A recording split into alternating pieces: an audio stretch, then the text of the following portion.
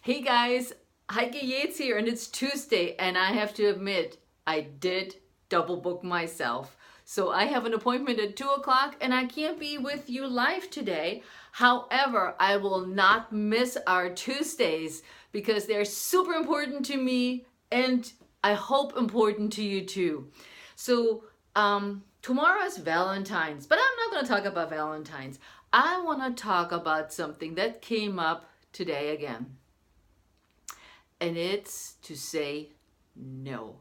Why is it so hard to say no? You know what? Men don't seem to have a problem with saying no. They just go, no, no thanks, I'm fine. Women tend to have a tendency to explain why we say no. Here's a quick story. I was working with a mentor for my Pursue the Spark brand, learning all the skills that you need to take your knowledge and coach and teach and entertain people. And it was time for me to move on. And I had a pit in my stomach.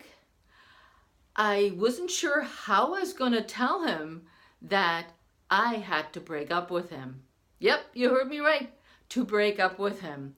I had knots, I was sweaty, I rehearsed in my head what I would say and how I would say it, and what excuses would I have, or not excuses, explanations of why I would stop the course.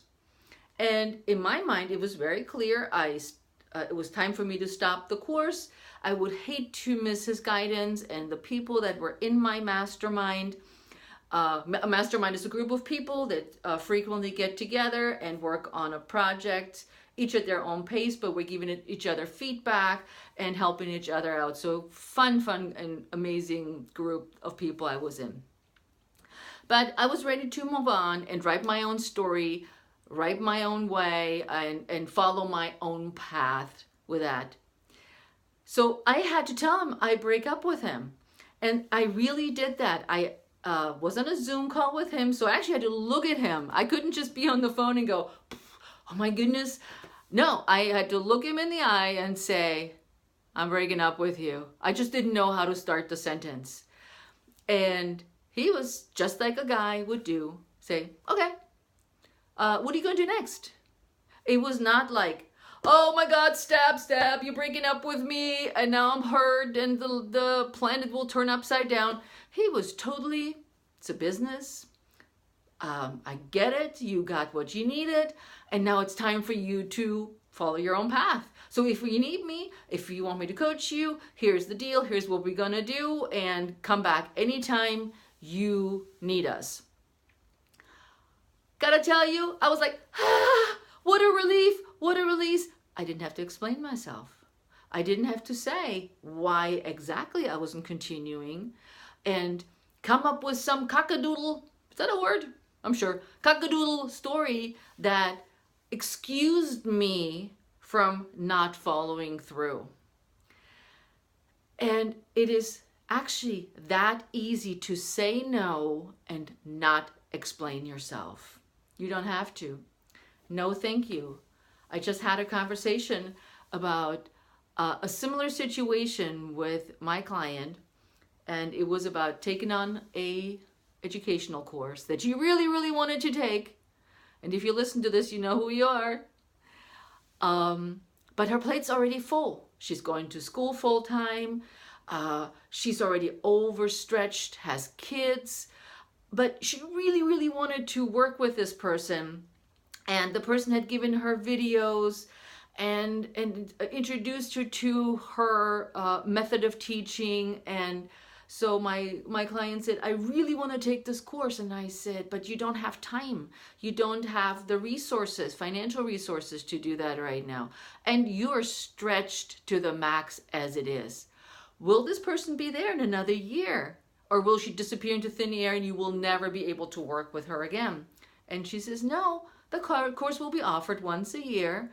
And so there's the answer. She can take the course in a year again.